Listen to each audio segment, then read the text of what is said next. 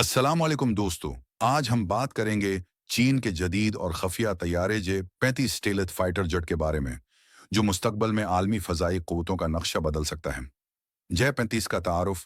जय 35, जिसे AFC 21 भी कहा जाता है, चीन का 5वें नस्ल का स्टेलथ मल्टी रोल फाइटर जेट है, जो ख़ास तौर पर न्यूअल ऑपरेशंस, जहाज़ बरदार बहरी बेडोड़ों से उड़ान भरने के लिए तैयार किया जा रहा है।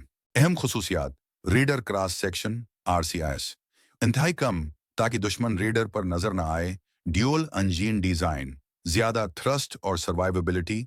इंटरनल वेपन्स भी स्टीलथ बरकरार रखने के लिए हथियार अंदरूनी हिस्से में रखे जाते हैं।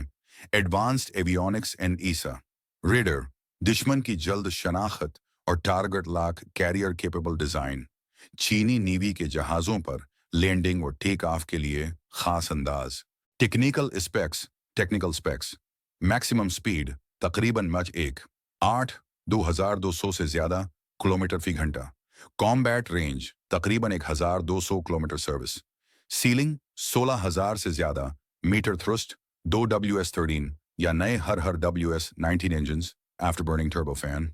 Weapons: PL-10, PL-15 missiles, guided bombs, and future hypersonic weapons.